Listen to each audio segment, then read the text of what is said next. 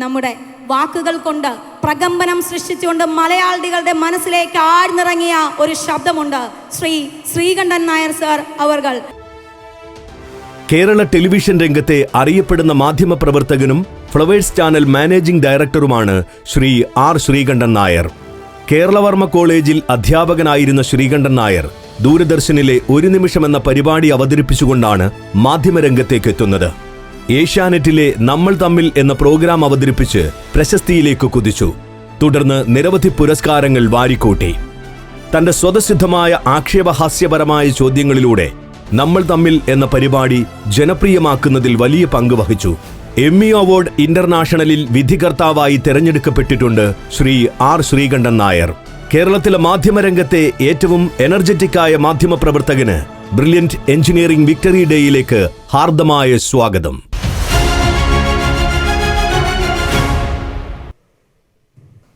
പ്രിയമുള്ളവരെ, വലിയ സന്തോഷമുണ്ട്. വലിയ ദീർഘമായൊരു പ്രസംഗത്തിനൊന്നും സാധ്യതയില്ലാത്തൊരു സ്ഥലമാണെന്ന് എനിക്കറിയാം.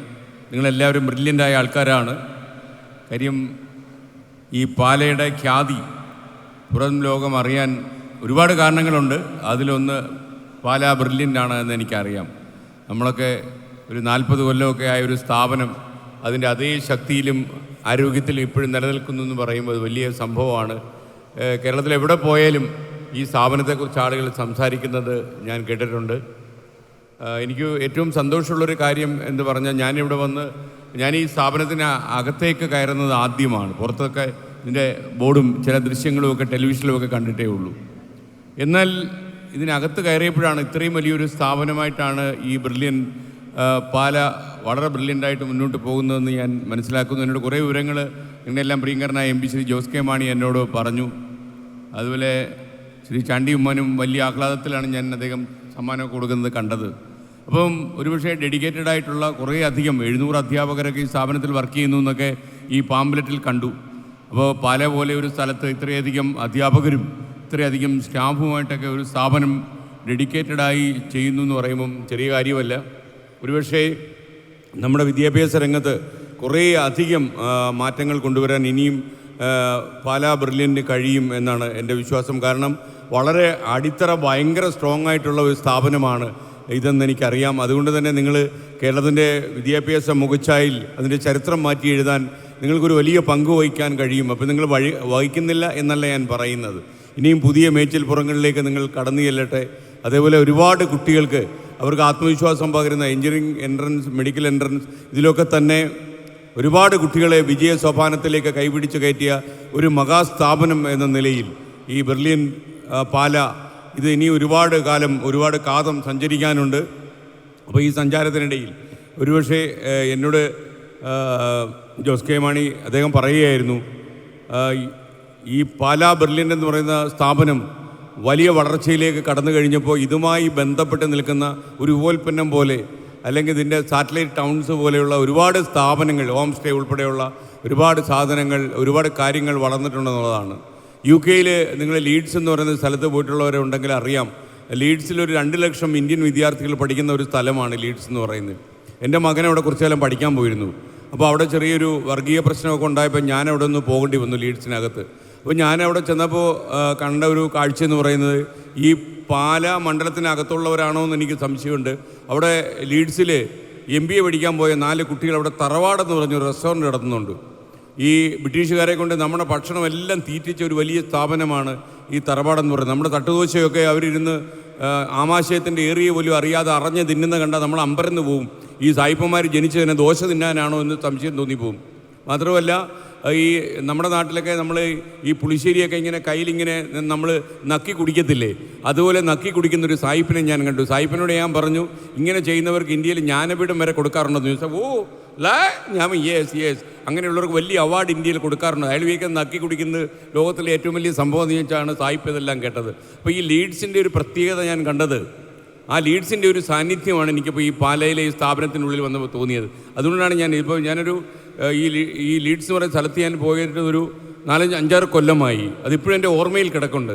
കാരണം ഈ 2 ലക്ഷത്തിലധികം ഇന്ത്യയിൽ നിന്ന് മാത്രം സ്റ്റുഡൻസ് എത്തുന്ന ഈ ലീഡ്സിൽ അവിടുത്തെ എല്ലാ കാര്യങ്ങളും പോകുന്നത് ലീഡ്സിലെ ഈ കലാശാലയെ ബന്ധിപ്പിച്ചാണ്. ആ സ്ഥാപനത്തിലെ കുട്ടികളും അവരുടെ താമസ സൗകര്യങ്ങളും അവരുടെ ഭക്ഷണവും മറ്റുള്ള ക്രമങ്ങളും ഒക്കെ ആലോചിച്ച് തന്നെയാണ് ആ സ്ഥാപനം മുന്നോട്ട് പോകുന്നത്. മാത്രമല്ല അവർ സംസാരിക്കുന്ന മുഴുവൻ വിദ്യാഭ്യാസത്തെക്കുറിച്ചും അല്ലെങ്കിൽ MBA കോഴ്സിനെ കുറിച്ചും മറ്റുള്ള വിദേശ കോഴ്സുകളെക്കുറിച്ചും മാത്രമാണ് ഈ ലീഡ്സ് എന്ന് പറയുന്ന ടൗൺ സംസാരിച്ചുകൊണ്ടിരിക്കുന്നത്. ഒറ്റപ്പാലത്ത് ചെന്നാൽ നിങ്ങൾക്ക് വാണിയംകുളം എന്നൊരു സ്ഥലമുണ്ട്. അവിടെ ഒരു കാളച്ചന്തയുണ്ട്. എല്ലാ വ്യാഴാഴ്ചയും ആ നാട്ടിലൊരു കാളച്ചന്തയുണ്ട്. ഈ ഒറ്റപ്പാലത്തിൻ്റെ ഈ വാണിയംകുളത്തിൻ്റെ ഈ അതിർത്തി പ്രദേശത്ത് നമ്മൾ ചെന്നാൽ തന്നെ അവിടുത്തെ ജനങ്ങൾ മുഴുവൻ സംസാരിക്കുന്ന കാളയെക്കുറിച്ചാണ്. കാളയുടെ നട, കാള ഓടുന്നത്, നല്ല ബലമുള്ള കാള, പൂട്ടാൻ ഉപയോഗിക്കുന്ന കാള, കാളപ്പൂട്ട്, കാള ഓട്ടം, കാള മത്സരം, മരമടി, ഇങ്ങനെയൊക്കെയുള്ള കാര്യങ്ങളുമായി ബന്ധപ്പെടുത്തി ഒരു ഗ്രാമം മുഴുവൻ കാളയെക്കുറിച്ച് സംസാരിക്കുന്നതാണ് ഈ ഒറ്റപ്പാലത്തെ വാണിയംകുളത്തെ സവിശേഷതയെങ്കിൽ ലീഡ്സ് സംസാരിക്കുന്നത് അവിടുത്തെ കലാശാല വിദ്യാഭ്യാസത്തെക്കുറിച്ചാണ്.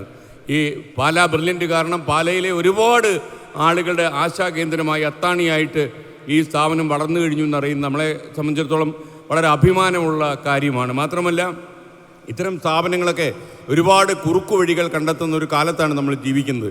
നീറ്റ് പരീക്ഷയെക്കുറിച്ചൊക്കെ ഉയർന്നു വന്ന പരാതികളൊക്കെ നിങ്ങൾ കേട്ടിട്ടുണ്ടാവും.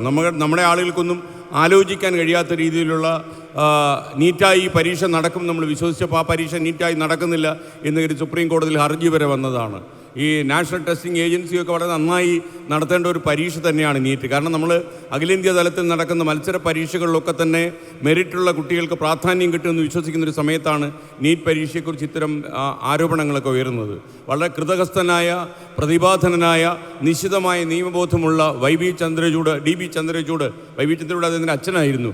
DB ചന്ദ്രചൂഡ് എന്ന് പറയുന്ന മനുഷ്യൻ വളരെ കർക്കശമായി സുപ്രീം കോടതി ചീഫ് ജസ്റ്റിസ് ചില കാര്യങ്ങൾ ആവശ്യപ്പെട്ടത് നിങ്ങൾ കണ്ടിട്ടുണ്ടാവും. കാരണം ഈ നാട്ടിൽ മൂല്യബോധമുള്ള ആളുകൾ വിദ്യാഭ്യാസം ചെയ്യുമ്പോൾ ആ വിദ്യാഭ്യാസത്തിന് വിനാശവും ഗ്ലാനിയും സംഭവിക്കുന്നതൊന്നും ഈ നാട്ടിൽ ഉണ്ടാകരുത് എന്ന് ആഗ്രഹിക്കുന്ന ഒരു നിയമവ്യവസ്ഥ ഒരു സുപ്രീം കോടതി, ഒരു പരമമായ നീതിന്യായാസനം നീറ്റിൽ കയറി പിടിച്ചതാണ്. എന്തായാലും ഈ നീറ്റ് പരീക്ഷ മാത്രമല്ല, യൂണിയൻ പബ്ലിക് സർവീസ് കമ്മീഷനും അതേപോലെ നാഷണൽ പരീക്ഷാ ഏജൻസികളൊക്കെ നടത്തുന്ന പരീക്ഷകളൊക്കെ നല്ല രീതിയിൽ നടന്നില്ലെങ്കിൽ നമ്മളെപ്പോലെ വളരെ വിദൂരങ്ങളിലിരുന്ന് ഈ പരീക്ഷയെ നോക്കിക്കാണുന്ന ആളുകളൊക്കെ സഫർ ചെയ്യും എന്ന കാര്യത്തിൽ സംശയമില്ല. എനിക്ക് തോന്നുന്ന ഈ പാലാ ബ്രില്യൻ്റ് എന്ന് പറയുന്ന സ്ഥാപനം അതിനെ ഒരു ഇൻറ്റഗ്രിറ്റി ഉള്ളൊരു സ്ഥാപനമായിട്ടാണ് ഞാൻ കാണുന്നത്. ഞാൻ പലപ്പോഴും ശ്രദ്ധിച്ചിട്ടുള്ളത് പിന്നാമ്പുറങ്ങളിലും അവർ മുന്നേ വച്ച് നീട്ടുന്ന കാര്യങ്ങളിൽ എന്തൊക്കെ പറയുന്നു ആ സത്യസന്ധതയും ഓണസ്റ്റിയും പിന്നാമ്പുറങ്ങളിലും ബ്രില്യൻ്റ് കാണിക്കുന്നു എന്നുള്ളത് എന്നെപ്പോലെയുള്ള ആളുകൾക്ക് വളരെ സന്തോഷം പകരുന്ന കാര്യമാണ്. കാരണം എപ്പോഴും നമ്മൾ ഈ ഷോർട്ട് കട്ടുകൾ ഉപയോഗിക്കാനും കുറുക്കു വഴികൾ ഉപയോഗിക്കാനും ഒക്കെ തത്രപ്പെടുന്ന ഒരു ജനതയുടെ കാലഘട്ടത്തിലാണ് നമ്മൾ ജീവിക്കുന്നത്. എന്നാൽ അതിൽ നിന്നൊക്കെ തെന്നിമാറി സത്യസന്ധതയുടെ വഴിയിൽ തന്നെ തങ്ങൾക്ക് കിട്ടാനുള്ള വിദ്യാഭ്യാസ സാമ്രാജ്യം പിടിച്ചെടുക്കാൻ കുറുകിയ മാർഗങ്ങളും കുറുക്കു വഴികളും ഉപയോഗിക്കില്ല എന്ന് തീരുമാനിച്ച മൂല്യബോധമുള്ള ഒരു സംഘം അധ്യാപകർ ഇതിൻ്റെ പിന്നിലുണ്ടെന്ന് ഞാൻ മനസ്സിലാക്കുന്നു. കുറേ കാലം ഒരു കോളേജിൽ അധ്യാപകനായിരുന്നു ഞാൻ. ജീവിതത്തിൽ ഏറ്റവും വലിയ ആദരവ് കിട്ടുന്ന ജോലി എന്താണെന്ന് ചോദിച്ചാൽ ഞാൻ എപ്പോഴും പറയും ഒരു അധ്യാപകൻ്റേതാണെന്ന്. കാരണം ഒരു തലമുറയെ ഒരു സോഷ്യലൈസ് ചെയ്ത് സാമൂഹ്യവൽക്കരിച്ച് സമൂഹത്തിന് ആവശ്യമുള്ളവരാക്കി മാറ്റുന്ന വളരെ വളരെ പണിപ്പെട്ട ഒരു ജോലിയാണ് ഒരു അധ്യാപക സമൂഹം ലോകത്ത് ചെയ്തുകൊണ്ടിരിക്കുന്നത്. പക്ഷെ അങ്ങനെ അതുകൊണ്ട് തന്നെ എപ്പോഴും ഒരു വാല്യൂ ബേസ്ഡ് ആയിട്ടുള്ളൊരു സമൂഹം കെട്ടിപ്പടുക്കുന്നതിന് ഈ ബ്രില്യൻ്റ് പാല ഉപകരിക്കുന്നു, അതതിൻ്റെ സംഭാവന ചെയ്യുന്നു. ഒരുപക്ഷെ കേരളത്തിൻ്റെ വിദ്യാഭ്യാസ ചരിത്രത്തിൽ ഈ സ്ഥാപനം വളരെ ഉയരത്തിൽ നിൽക്കുന്നു. ഇതിന് പിന്നാലെ ഒരുപാട് സ്ഥാപനങ്ങൾ വന്നിട്ടുണ്ടെന്ന് എനിക്ക് മനസ്സിലാകുന്നുണ്ട്. എന്നാൽ അതിനപ്പുറം ഞാനൊരു ഉദാഹരണം പറഞ്ഞു കഴിഞ്ഞാൽ ഈ പാലാ ബ്രില്യൻ്റിലെ ഈ വിജയികളുടെ ഒരു ലിസ്റ്റ് ഞാനൊരു ദിവസം മോർണിംഗ് ഷോയിൽ 24-ൽ വായിച്ചു. അപ്പോൾ രണ്ട് സുഹൃത്തുക്കൾ, നമുക്ക് കുറേ സ്ഥിരം പ്രേക്ഷകരുണ്ട്, പവിത്രൻ പാതിരപ്പറ്റ, മിനി ബാബു, ഇങ്ങനെയൊക്കെ പറയുന്ന കുറേ ആൾക്കാരുണ്ട്. അവരിൽ ഒരാൾ എന്നെ വളരെ ആക്രമിച്ചുകൊണ്ടൊരു മെസ്സേജ് അയച്ചു. നിങ്ങൾ അവരുടെ 4 രൂപ വാങ്ങിച്ചിട്ട് അവർക്ക് വേണ്ടി ഇങ്ങനെ ശ്രുതി പാടരുത് എന്ന് പറഞ്ഞു. അന്ന് ഞാൻ പറഞ്ഞൊരു മറുപടിയുണ്ട്, നല്ലവർക്ക് വേണ്ടി നമ്മൾ ശ്രുതി പാടിയാലും കുഴപ്പമില്ല എന്നാണ് ഞാൻ വിശ്വസിക്കുന്നത്. മാത്രമല്ല പിന്നാമ്പുറങ്ങളിലൂടെ പണം വാങ്ങിച്ചല്ല പാലാ ബ്രില്യൻ്റിൻ്റെ ഈ വാർത്താ വിവരം ഞാൻ പ്രേക്ഷകരുമായി പങ്കുവയ്ക്കുന്നത് എന്ന് ഞാൻ ഈ മാനേജ്മെൻറ്റിനോട് പോലും ചോദിക്കാതെ അന്ന് പറയുകയുണ്ടായി. കാരണം ഈ സ്ഥാപനത്തോട് എനിക്ക് അത്ര വിശ്വാസമുള്ളത് കൊണ്ടാണ് ഞാൻ അത് അങ്ങനെ വൗച്ച് ചെയ്ത് സംസാരിക്കാൻ തീരുമാനിച്ചത്. സാധാരണഗതിയിൽ എനിക്കറിയാത്ത കാര്യമൊന്നും ഞാൻ എൻ്റെ പ്രക്ഷേപണത്തിൽ ഉൾപ്പെടുത്താറില്ല എന്നതാണ് എന്നെ സംബന്ധിച്ചിടത്തോളം എൻ്റെ പ്രക്ഷേപണ ജീവിതത്തിലെ ഏറ്റവും പ്രധാനപ്പെട്ട കാര്യം. എന്തായാലും വളരെ സന്തോഷമുണ്ട് ഇവിടെ വന്നതിൽ. ഇനി വിശദമായിട്ട് ശ്രീ ജോസ് കെ പാണിയെ പോലെ ഒരുപാട് ആൾക്കാർ എനിക്ക് കഴിഞ്ഞ തവണ ഇവിടെ പാലയിൽ ഞാൻ വന്നപ്പോൾ അദ്ദേഹം പറയുണ്ടായി, അദ്ദേഹം കൊണ്ടുവന്ന കുറേ വിദ്യാഭ്യാസ സ്ഥാപനങ്ങളുടെ കാര്യം. അപ്പോൾ എനിക്ക് സന്തോഷം തോന്നിയൊരു കാര്യം, നിങ്ങളുടെ MP ഉൾപ്പെടെ നിങ്ങളുടെ പ്രതിനിധികൾ ഉൾപ്പെടെ എല്ലാവരും പാലയെ വിദ്യാഭ്യാസ രംഗത്ത് ഏറ്റവും ഉയരത്തിൽ നിർത്താൻ ആഗ്രഹിക്കുന്ന ആളുകളാണ് എന്ന് വരുന്നത് നമുക്ക് വളരെ സന്തോഷം പകരുന്ന കാര്യമാണ്. മാത്രമല്ല കേരളത്തിലെ മറ്റ് ജില്ലകളിലൊന്നും ഇല്ലാത്ത പല സ്ഥാപനങ്ങളും ഈ പാലയിൽ എത്തിയിട്ടുണ്ടെന്നുള്ളത് എനിക്ക് സത്യത്തിൽ അന്നൊരു പുതിയ അറിവായിരുന്നു. അത്ര കൂടുതൽ ഞാൻ പാലയെ പഠിച്ചിട്ടില്ലായിരുന്നു. ജോസ് കെ മാണിയുടെ പിതാവ് മാണി സാറുമായിട്ടൊക്കെ നല്ല ബന്ധം സൂക്ഷിച്ചിട്ടുള്ള ഒരാളായിരുന്നു ഞാൻ.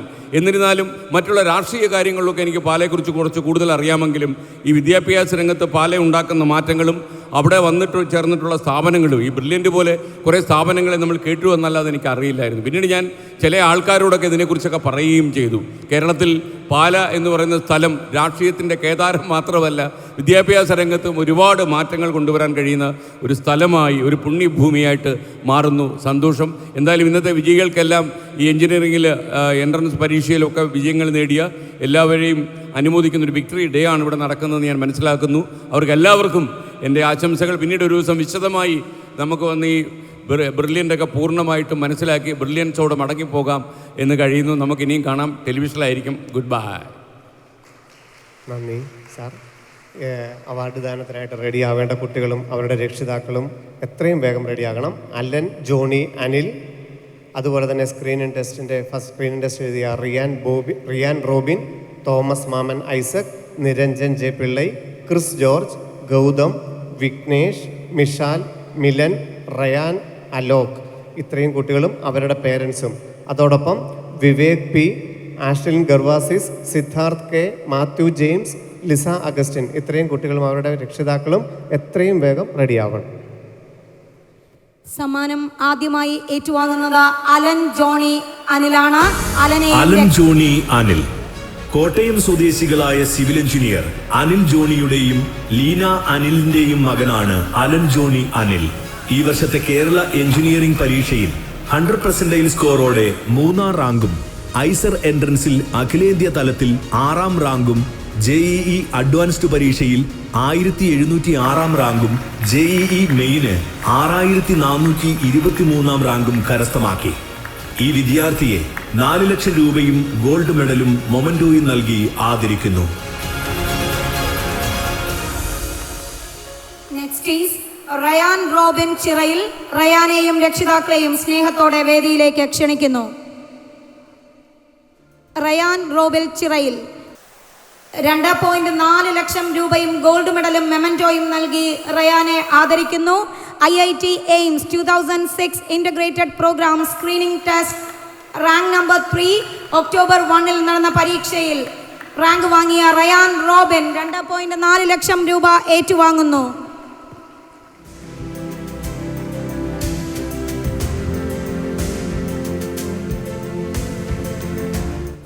Next is Thomas Mammen Isaac.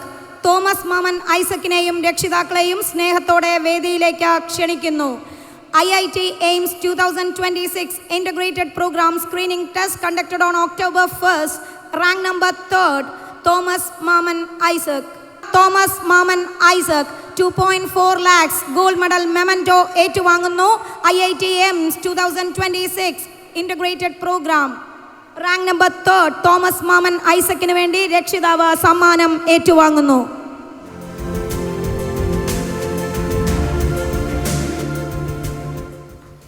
Next is Niranjan J Pillai. 1.8 lakh cash പ്രൈസും ഗോൾഡ് മെഡലും മെമന്റോയും ഏറ്റുവാങ്ങുന്നു. Niranjan J Pillai. IIT AIIMS 2026 programme screening test rank number 4 October 1 conduct ചെയ്ത എക്സാമിനർ rank number 4 Niranjan J പിള്ളായ്.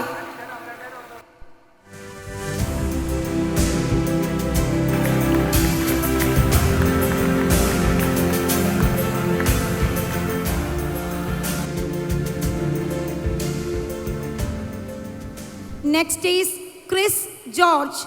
Chris ജോർജിനെയും രക്ഷിതാക്കളെയും സ്നേഹത്തോടെ വേദിയിലേക്ക് ക്ഷണിക്കുന്നു. 1.8 lakhs gold medal memento Chris George. Chris ജോർജും IIT എയിംസ് 2026 പ്രോഗ്രാം ഡിസംബർ 3 നടന്ന എക്സാമിൽ 4ാം റാങ്ക് കരസ്ഥമാക്കിയ കൊച്ചുമിടുക്കനാണ് Chris George.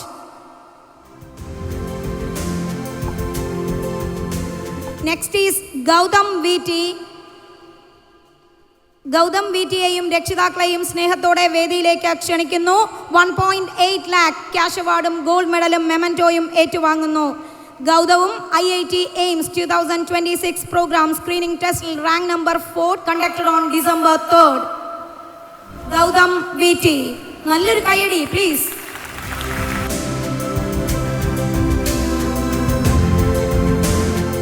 Next is Vignesh Srinivas. Vignesh Srinivasum രക്ഷിതാവും വേദിയിലേക്ക് 1.8 lakh gold medal memento ഏറ്റുവാങ്ങുന്നു.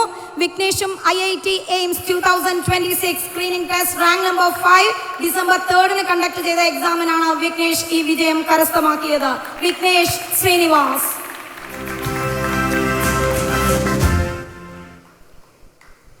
Next is Mishal Sherif. Mishal ഷെറീഫിനെയും രക്ഷിതാക്കളെയും സ്നേഹത്തോടെ വേദിയിലേക്ക് ക്ഷണിക്കുന്നു. മിഷാൽ IIT 2025 ഇൻ്റഗ്രേറ്റഡ് പ്രോഗ്രാം സ്കോളർഷിപ്പിൽ റാങ്ക് നമ്പർ 2 കരസ്ഥമാക്കി 2 ലക്ഷം രൂപയും ഗോൾഡ് മെഡലും മെമന്റോയും ഏറ്റുവാങ്ങുന്നു. Mishal Sherif. IIT 2025 Integrated Program Scholarship rank number 2 Mishal Sharif 2 lakhs gold medal memento. Next is Milan Jose. Milan Josum IIT 2025 Integrated Program Scholarship rank number 3rd Milan Jose 1.6 lakh cash prizeum medalum mementoyum ഏറ്റുവാങ്ങുന്നു. Milan Jose. നല്ലൊരു കയ്യടി.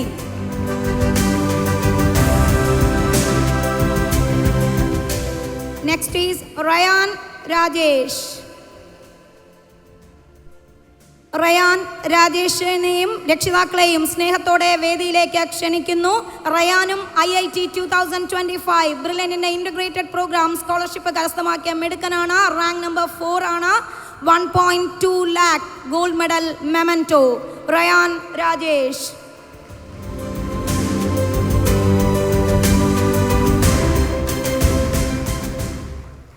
Next is Alok Anuroop. Alok അനുരൂപും രക്ഷിതാക്കളും വേദിയിലേക്ക് കടന്നു വരാൻ ഞങ്ങൾ അഭ്യർത്ഥിക്കുന്നു. IIT 2025 ഇൻ്റഗ്രേറ്റഡ് പ്രോഗ്രാം സ്കോളർഷിപ്പാണ് ആലോക് അനുരൂപും ഏറ്റുവാങ്ങാൻ പോകുന്നത്. 1.2 lakhs ഗോൾഡ് മെഡൽ മെമന്റോ ഏറ്റുവാങ്ങുന്നു Alok Anuroop.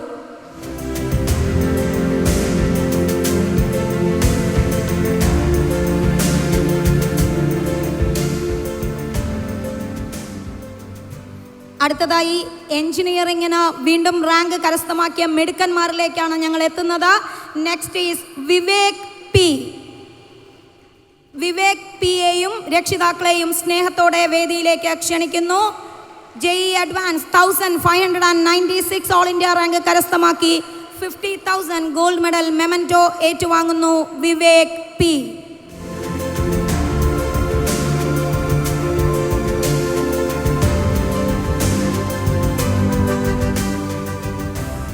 Next is Aslin Garvases. Aslin Garvases JEE Advanced All India Rank 1399 കരസ്ഥമാക്കി 50,000 gold medal memento ഏറ്റുവാങ്ങുന്നു അസ്ലിൻ ഗർവാസസ്.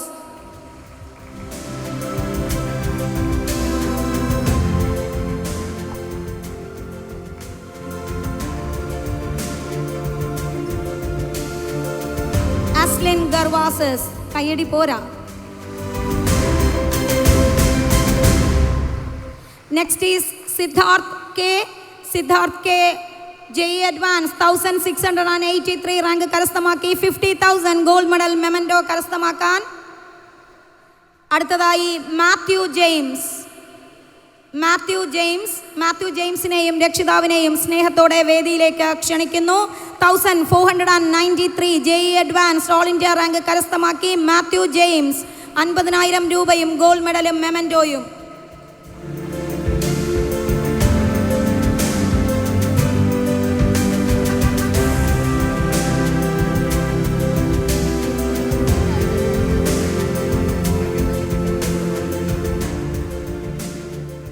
Next is Lisa Augustine. Lisa അഗസ്റ്റിനെയും രക്ഷിതാക്കളെയും വേദിയിലേക്ക് ക്ഷണിക്കുന്നു. 1802 rank JEE advance all India rank കരസ്ഥമാക്കി 50,000 രൂപയും ഗോൾഡ് മെഡലും മെമന്റോയും കരസ്ഥമാക്കുന്നു.